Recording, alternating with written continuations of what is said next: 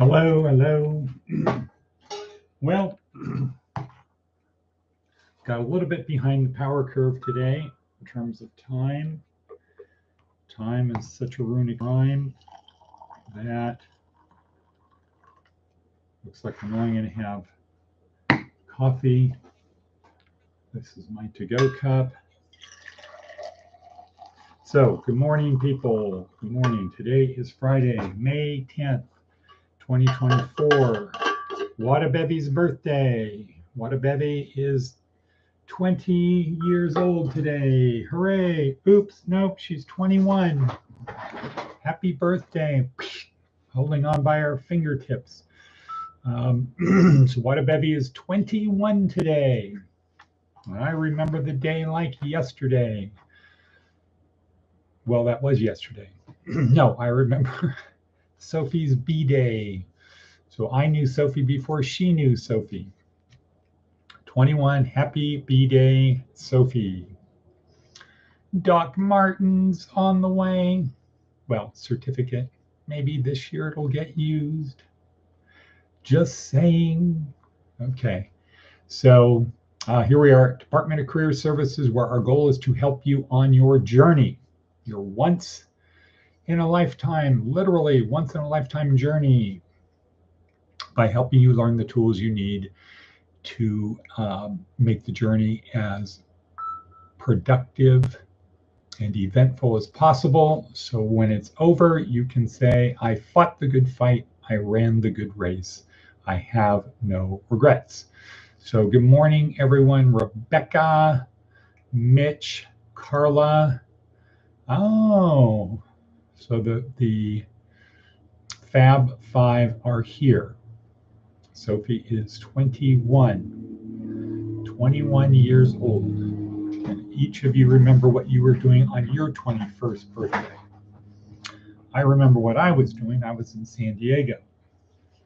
Went on a big party. Then after that, smashed. We drove to Vegas because that's what you used to do on your 21st birthday. Go to Vegas. It was a long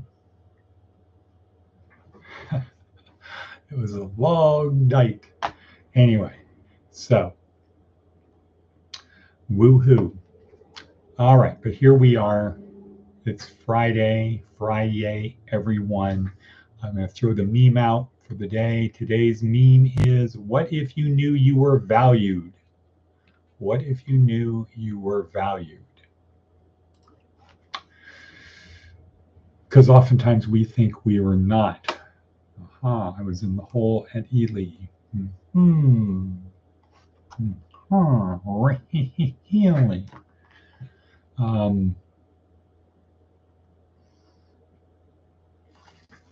Okay, where was Sophie on her 21st B-Day?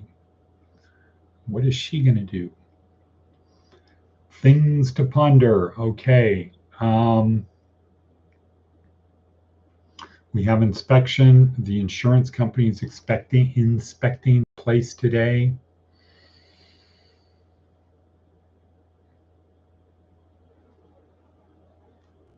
So we really got to make sure garbages are empty, things look clean in the places, etc. No evidence that anybody smokes, no smell of smoke, no nothing.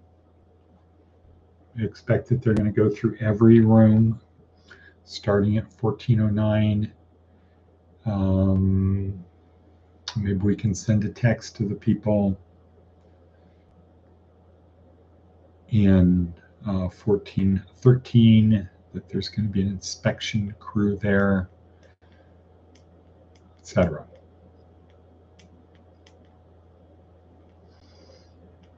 And my goal would be, I'm supposed to be at a breakfast at 9.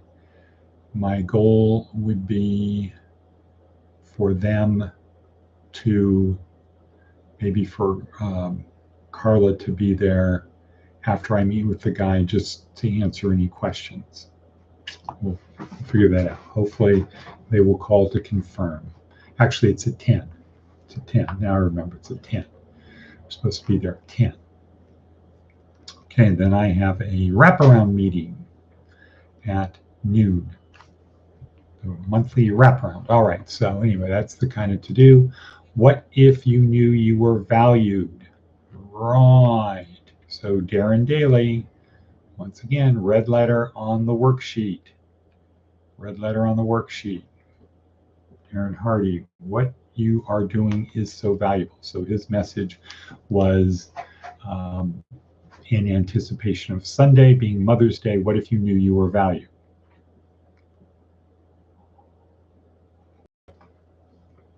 The older American Jesuits, now they were going through their training in the 60s and early 70s. A big message was God loves you as you are, just as you are. God loves you just as you are. God loves you with no conditions. That's kind of a riff on this thing. What if you knew you were valued? So God loves you just as you are. What if you knew you were valued? So the Darren Hardy thing has to do with that. Continuum. Bless you guys. I was in the hole at Ely State Prison. Continuum. Okay, we're wrapping up week 3. Derek Sivers is the TED Talk for today. Link in the video down below. Derek Sivers shows in 3 minutes what we learned this week from David Logan, Seth Godin, Simon Sinek. Dave Logan, so this week 3, outside my school-sized kingdom, on a metaphor of the voyage in the ship. This is where I have to assemble my crew. I have to get people in there. I cannot do the journey on my own because my boat is too big for me to handle by myself. A boat that was any smaller could not make the journey. I couldn't do it on a raft. A raft could not make that kind of journey. It would just be misery the whole time. Wouldn't be able to store enough food, etc. And you have to remember the ocean is mainly a desert. It's mainly nothing. You can't just drop a fish, bait, and you're going to catch fish. So you have to build a boat that's big enough to get there, but that size boat, you need other people to help you move forward. So this week, how do we find and get those people to help us on our journey? Right? Okay, so Dave Logan. Join a tribe, nudge it forward. Find people who are like you. And we're all in a lot of different tribes. My belief, my assertion is the best tribe you're in is the church tribe, the Trinity tribe. That's my guess. I would want to do more to help people. I already do what I can, but I would be nice to know I am appreciated. Well, that's one of the things. We don't acknowledge people as much as we should.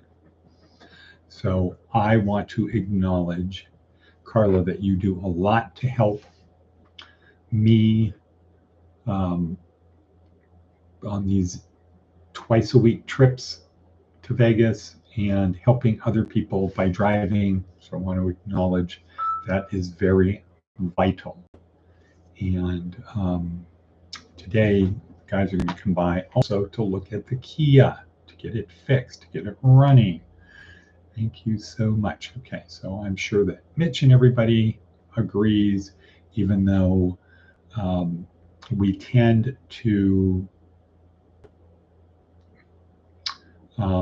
expect, not appreciate. We tend to have expectations that once something is done. So we forget about that. So it's important to acknowledge that.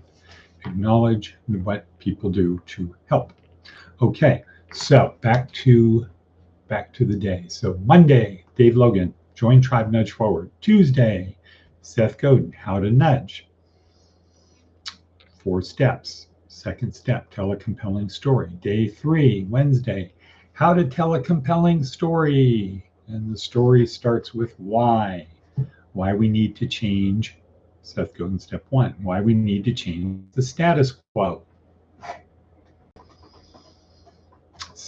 Day 4, David Phillips, the story before the story. The story, so you figure out where you're going to go with the story, what neurotransmitters you want to release, like that or like that. What neurotransmitters you want to release, and then you tell the story that releases those neurotransmitters before you tell the story. So like if you go to a church in the historic West Side and they have a lot of singing going on, before church service starts, same thing, story before the story.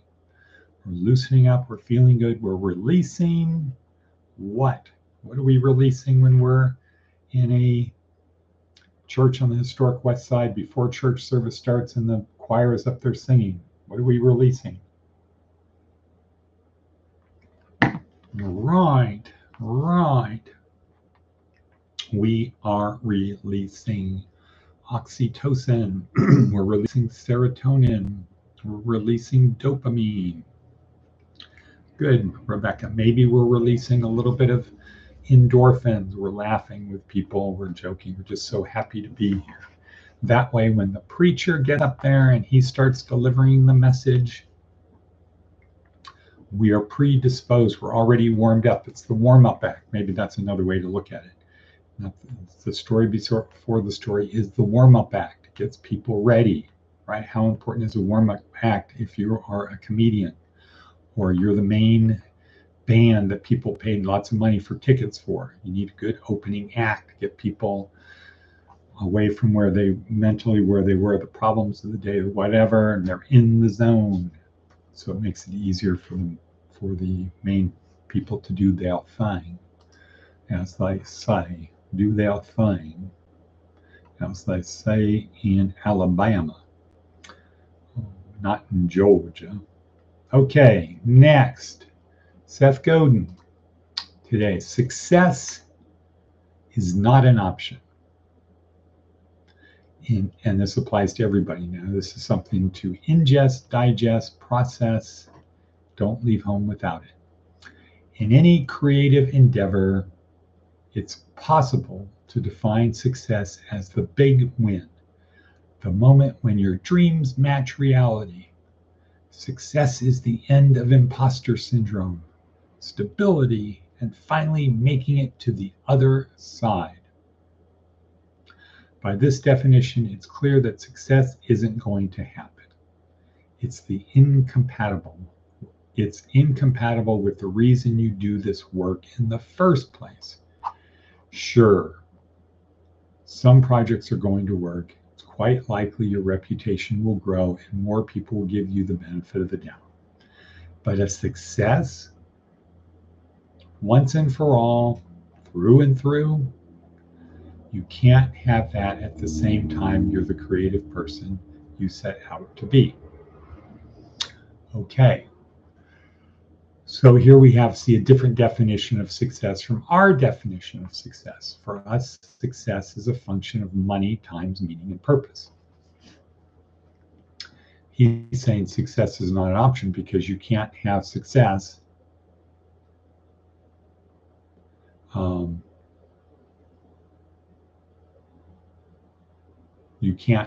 there is no one thing that is success. It's not a place.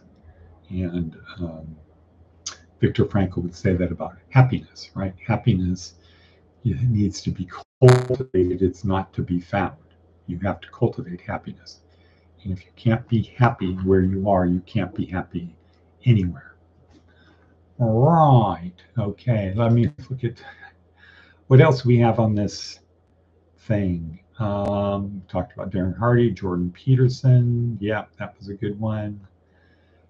The Shroud of Turin. Yes, that's a good one. Laying it out. And so I think there'd be an interesting branch of Christology that starts with, okay, let's assume the shroud is real. Now, what else do we need to have a solid Christology? Versus Christology now tries to use stuff stuff from the Bible, but also other stuff. There's a lot of stuff that was written at that time. We tend to think that the only thing that was written from back then was what's in the Bible. No, the Bible is a small fragment of letters and things that were going forth. That's the canonical part. That's the canon.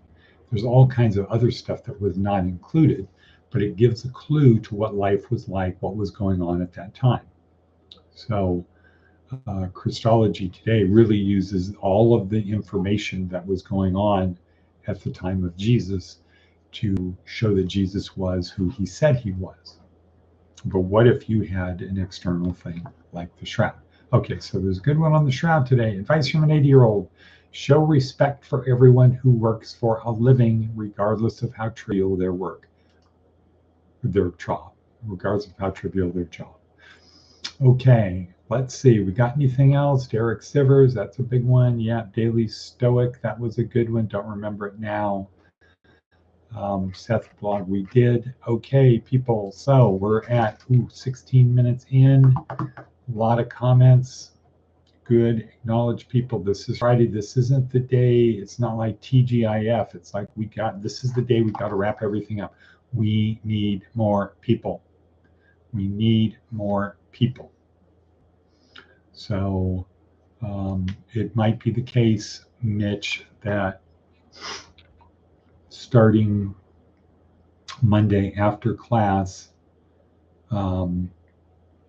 you have to go down to the court and sit there and find out who's there, what's going on, etc.